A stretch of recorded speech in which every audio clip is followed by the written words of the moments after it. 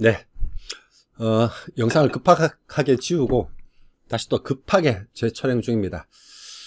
오늘은 어제 실습을 마쳤던 뒷부분부터 오늘 이제 1권의 1장 이제 네 번째 영상인데요. 오늘은 이 허수 또는 실수와 허수를 포함한 복소수 이야기를 할 겁니다. 그래서 뭐 실수라는 것은 우리가 익히 쓰는 숫자니까 익숙하실 거고, 이 실수와 허수를 합해서 이제 복소수라고 부르는데요. 복소수에 대한 이야기를 하고 그 다음에는 이제 복소수 실습으로 나가 보도록 하겠습니다. 지금은 코딩으로 배우는 인공지능 수학 1권의 영상 초반부를 여러분이 시청하고 있습니다. 지금 열심히 영상을 올리고 있고요. 뭐 조회수나 댓글이 많지 않습니다. 뭐 제 영상은 원래 그러니까요. 근데 열심히 꾸준히 한번 해보도록 하겠습니다. 자, 오늘 복소수입니다. 일전에 이제 실수는 직선에 대응된다라고 말씀을 드렸어요. 근데 실수와 허수를 합해서 복소수라는 걸 만들면 복소수는 평면으로 확장된다라고 직관적으로 설명될 수 있어요. 그래서 2차원 평면상의 모든 점을 복소수로 표현할 수 있다. 뭐 그렇게 생각해 주시면 됩니다. 그래서 영어 표현을 제가 지금 계속 강조하고 있는데, 복소수는 이제 컴플렉스 넘버고요. 컴플렉스 넘버는 실수, 즉 리얼 넘버와 헐수, 이미지너리 넘버, 이게 이제 상상 속의 이런 뜻이라서 좀 어감상에는 우리가 익히 쓸모없는 수라고 느낄 수 있는데, 그래픽스 같은 분야에서는 복소수 굉장히 많이 씁니다. 자, 복소수를 이해하기 위해서는 허수라는 걸 알아야 되고요. 왜냐하면 복소수는 실수와 허수의 집합이니까. 근데 그 허수는 허수 단위를 이용해서 표현되는 수라고 생각하시면 됩니다. 우리가 실수라는 것을 이제 이런 x는 x제곱은 2 라는 방정식을 풀려다 보니까 플러스 마이너스 루트 2 그래서 루트 2라는 숫자는 라는 이제 무리수를 찾게 됐죠. 그와 똑같이 x제곱 더하기 1은 0, 즉 이걸 다시 풀었으면 제곱해서 음수가 되는 수죠. 실수는 제곱하면 무조건 양수입니다. 근데 방정식을 풀다 보니까 제곱해서 음수가 되는 수가 필요하게 됐어요. 이럴 때 제곱해서 마이너스 1이 되는 숫자를 허수 단위라고 표현하고, 이놈을 스퀘어 루트 마이너스 1이라고 표현하기로 합니다. 그래서 이 스퀘어 루트 마이너스 1이라는 숫자가 제곱해서 마이너스 1이 되는 숫자죠. 이 전체를 i라는 심볼로 표현하고, 이 i라는 심볼을 허수 단위로 쓰기로 합니다. 그렇게 표현되는 수가 이제 허수라는 수이고, 그러면 제곱해서 마이너스 4가 되는 수는 얼마일까요? 라는 게 이 방정식의 의미죠. 제곱해서 마이너스 4가 되는 숫자는 요 식의 풀이를 쭉 보면 이렇게 표현할 수 있다는 겁니다. 그래서 플러스 마이너스 2i, 왜냐하면 i가 스퀘어 루트 마이너스 1이니까 거꾸로 가보시면 이렇게 표현할 수 있고요. 이 숫자는 이렇게 표현할 수 있고, 뭐 그렇게 의미가 되는 겁니다. 그래서 제곱해서 마이너스 1이 되는 숫자를, 그것을 허수 단위라고 표현하고, 그 허수 단위를 이용해서 표현되는 수가 허수입니다. 그래서 그 허수와 실수를 합해서 이제 복소수라고 칭하게 되는 겁니다. 자, 이제 돌아서 복소수를 보면, 복소수는 실수와 허수의 집합이죠. 그래서 a 플러스 bi 이렇게 표현되는 수를 복소수라고 하고요. a를 실수부, 실수값이죠. bi를 허수부라고 합니다. 아까 처음에 복소수를 평면에 대칭할 수 있다고 했는데, 그걸 이제 복소 평면이라고 하면, 이제 우리가 익히 칭하는 x축을 실수축, y축을 허수축이라고 하면, 예를 들면 1 플러스 2i라는 것은 앞에 있는 1이 실수부죠. 그래서 실수는 1이고 허수축에는 2라는 좌표 축에 대칭되는 점이죠. 그래서 이렇게 표현하면 복소수는 평면에 있는 모든 점과 매칭됩니다. 그래서 복소수를 평면으로 이제 평면에 대응되는 수라고 제가 앞에 제목에서 그렇게 단 겁니다.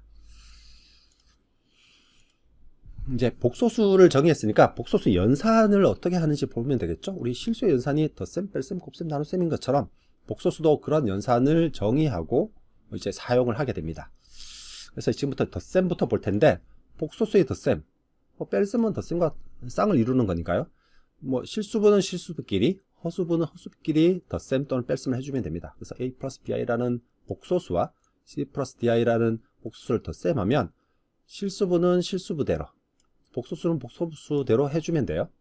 이걸 이제 직관적으로 이행을 해보죠. 우리가 복소 평면을 가정할 수 있으니, 생각할 수 있으니까 a 플러스 bi라는 복소수와 c 플러스 di라는 복소수를 더하면 이 두 개의 복소수가 이루는 평행사변형의 꼭지점이 덧셈된 복소수의 결과물입니다. 뭐 직관적으로 그렇게 이해되시겠죠? 이제 덧셈 뺄셈은 정의했으니까 곱셈을 정의할 텐데, 곱셈을 정의하기 위해서 조금 단계적으로 해보죠. 그래서 복소수와 실수를 곱하는 걸 먼저 한번 해보죠. 이 실수값은 복소수의 실수부와 허수부에 각각 곱해주면 됩니다. 그래서 c 플러스 a가 실수부가 되고요, c 플러스 b가 허수부가 됩니다. 이렇게 되면 똑같이 복소 평면에서 생각을 해보면 이 작은 직선이 원래의 복소수이죠. 이놈을 a도 c배, 그러니까 실수부도 c배, 허수부도 c배를 하면 복소수가 그대로 커지는 효과가 납니다. 이게 이제 복소수와 실수의 곱 연산이죠. 두 번째는 복소수와 허수 단위를 한번 곱해 보겠습니다. 차근차근 복소수끼리의 곱셈을 정의하기 위해서 차근차근 하고 있는데요. 여기서 보면 i가 허수 단위죠. 를 곱하면 똑같이 허수 단위도 실수부와 허수부에 각각 곱해주면 돼요. 그러면 ai가 되고요, i 곱하기 bi는 마이너스 b가 됩니다. 왜냐하면 i 곱하기 i가 뭐였죠? 제곱하면 마이너스 1이 되는 수가 i니까 i를 제곱한 거죠. 그러니까 얘는 마이너스 1이 되는 겁니다. 그죠? 허수 단위라는 것이 제곱하면 마이너스 1이 되는 숫자가 허수 단위니까 이렇게 i와 bi를 곱하면 마이너스 b가 되는 겁니다. 이걸 복소 평면상에서 표현하면 여기 보면 실수부와 허수부의 그 스케일 값이 바뀌었죠. 그래서 a 플러스 bi에다가 허수 단위를 곱하면 마이너스 b 플러스 ai가 되는데, 이놈은 반시계 방향으로 90도 회전 이동을 한 겁니다. 회전 변환을 한 거예요. 그래서 정리하면 복소수에다가 허수 단위를 곱하면 반시계 방향으로 회전 변환이 일어납니다. 그래서 단순한 곱셈 연산으로 회전 연산을 구현할 수 있어서 그래픽스에서 많이 쓴다는 겁니다. 이제 마지막으로 복소수끼리의 곱셈을 해볼 거예요. 그래서 복소수끼리의 곱셈은 똑같이 배분 법칙 또는 분배 법칙으로 쭉 풀었으면 돼요. 찬찬히 이제 보시면 되고요. 그러면 결과 복소수가 이렇게 되는데, 곱셈이 연산이 됐어요. 그러면 곱셈 연산이 복소 평면상에서 어떤 기하학적 의미가 있는지를 한번 살펴볼 필요가 있습니다. 그래서 지금부터 그걸 살펴보면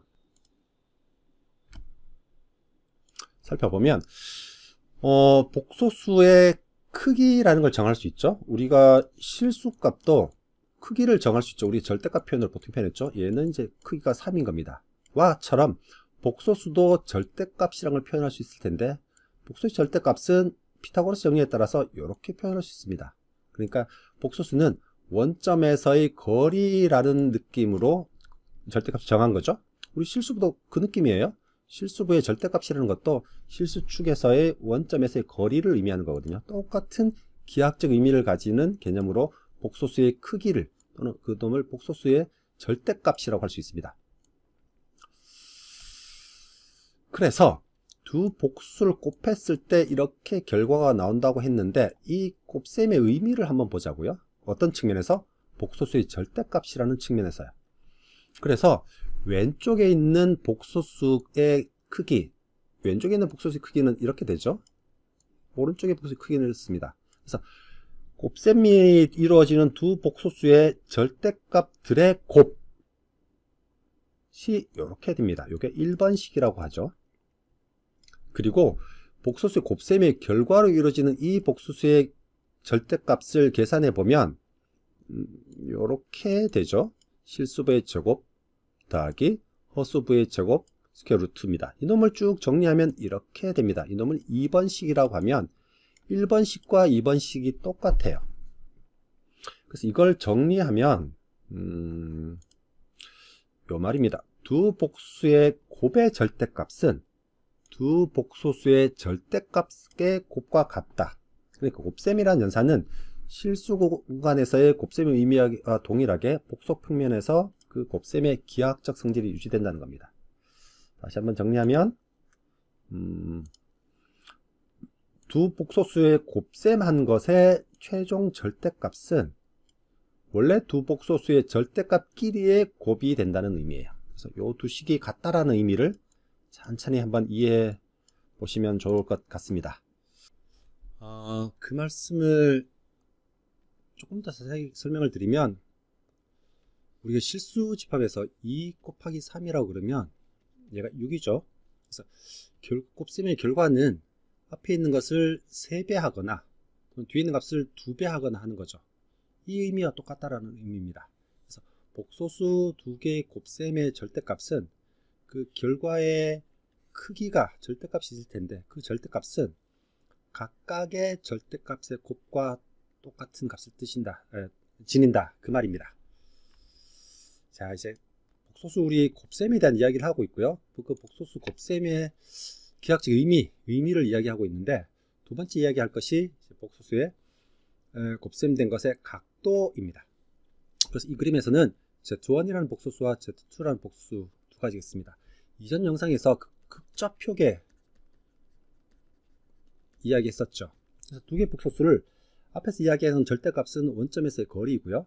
극좌표계를 하려면 원점에서의 거리와 실수축, 즉 x축과 이루는 각도, 그 두 가지 값으로 표현되는 게 극좌표계인데, 세타1과 세타2 이렇게 각도로 표현할 수 있다면, 그 두 개의 복소수의 곱이 이루는 새로운 복소수의 각도 세타3가 있을 텐데, 이 세타1, 2와 세타3가 어떤 관계가 있냐, 그걸 지금 보려고 하는 겁니다.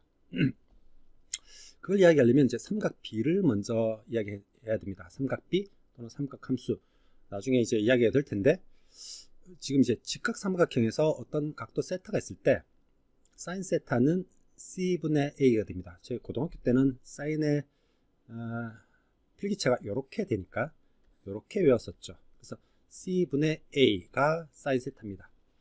삼각 B 또는 삼각함수는 어떤 각도를 변의 길이 B로 바꿔주는 겁니다. 길이 B니까 사실 단위가 없어지는 건데요. 지금 여기는 이제 코사인은, 우리 코사인 이렇게 C를 쓰죠. 그래서 이렇게 하면 이게 C분의 B가 되는 겁니다. 저는 그렇게 외웠습니다. 탄젠트 세타는 T가 이렇게 되죠. 그래서 B분의 A입니다. 이게 A인데, 예, 오타네요. 오타는 우리 그 네이버 카페에 보시죠. 네이버 카페에 오탈자를 모은 곳이 있습니다. 여기 보시면 오탈자 모음이라고 되어 있는데, 제가 지금 강의를 하면서 제가 지금 로그인이 되어 있는데 신기하네요. 오탈자 모음 게시판이 어떻게 된 건가요? 로그인이 안 돼 있었군요. 예. 하면 오탈자 게시판에 이렇게 오탈자가 적혀 있습니다. 그래서 오탈자도 여기서 체크를 해보시면 되겠습니다. 그래서 지금은 이제 삼각 B에 대한 설명을 마쳤고요. 삼각 B를 지금 이야기하는 이유는 이와 같습니다. 어떤 복수수 A 플러스 B가 있다 그러면 그 실수축이 A이고 허수축이 B겠죠. 그리고 그 길이를 R이라고 칭하고, 이렇게 직각삼각형이 있다고 할 때 해당하는 이 각도를 세타라고 하면, 코사인 세타는 이렇게 되죠. 그래서 R분의 A가 됩니다. 그래서 코사인 세타와 사인 세타도 똑같이 R분의 B가 되고요. 그랬을 때 해당하는 이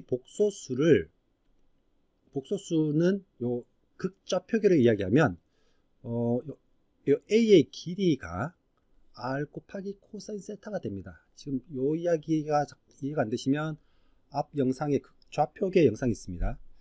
거기를 보고 오시면 아마 이해가 쉬우리라고 생각이 듭니다. 돌아가 보면 예, 여기 좌표계 바로 앞 영상, 두 번째 전 영상인데요. 극좌표계 영상이 있으니까 그 길을 보고 오시면 이해가 쉬우리라고 생각이 듭니다.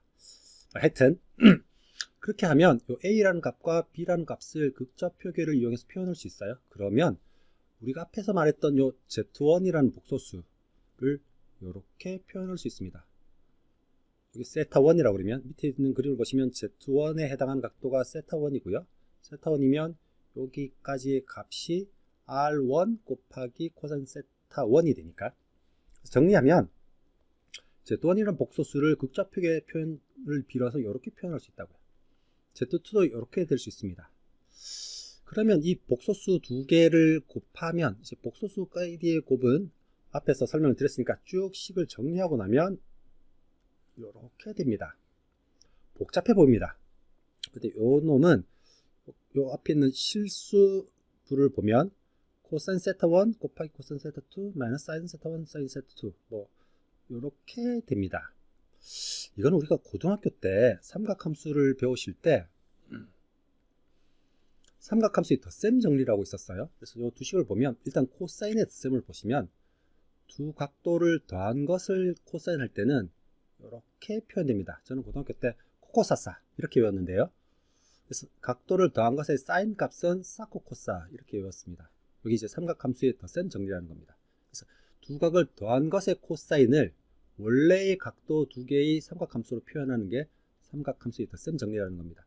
뭐 지금 이걸 다시 외우시거나 할 필요는 없을 것 같고요. 이 식을 이전 페이지에 있는 해당하는 요 1번식을 정리를 삼각함수의 덧셈 정리를 이용해서 정리를 하면 이렇게 된다는 거죠. 요것의 의미를 보시면 여기 Z2입니다. 두 복수의 곱셈의 결과는 각도를 더한 거라는 거죠. 앞에 보시면 이제 이게 절대값에 곱해지는 숫자가 되겠죠. 그래서 이때까지 정리를 하면 두 복수의 곱셈에 대한 의미인데 두 복소수의 곱셈의 절대값은 각 절대값의 곱과 같고 두 복소수의 곱셈의 각도는 각 각도의 덧셈과 같다라는 겁니다. 그래서 앞에서 이제 정리로 다시 돌아가면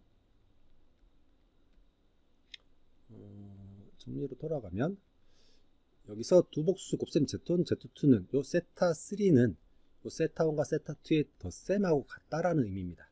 그래서 두 복소수의 곱셈의 의미는 각도와 절대값에서 이런 의미가 있다라는 것을 이해해 주시기를 부탁드립니다. 그리고 이제 복소수의 나눗셈이 있습니다. 사실 복소수의 나눗셈은 곱셈의 역수에 관련된 거니까 그대로 하면 되는데 이때 나오는 게 이제 켤레 복소수라는 겁니다. 그래서 호수비의 부호가 다른 두 복소수를 켤레 복소수 한 쌍이라는 거죠. 이걸 컨주게이트 컴플렉스 넘버라고 하는데 이 식을 유도하는 것을 보시면 나눗셈도 뭐 이해하실 수 있으리라고 생각이 듭니다. 이제 복소 평면에 대한 것은 앞에서 한번 이야기 드렸던 거고요. 그걸 좀 풀어서 설명을 드리고 있습니다. 자, 다음 시간에는 복소수와 관련된 파이썬 코딩 들어가도록 하겠습니다. 오늘까지 수고하셨습니다.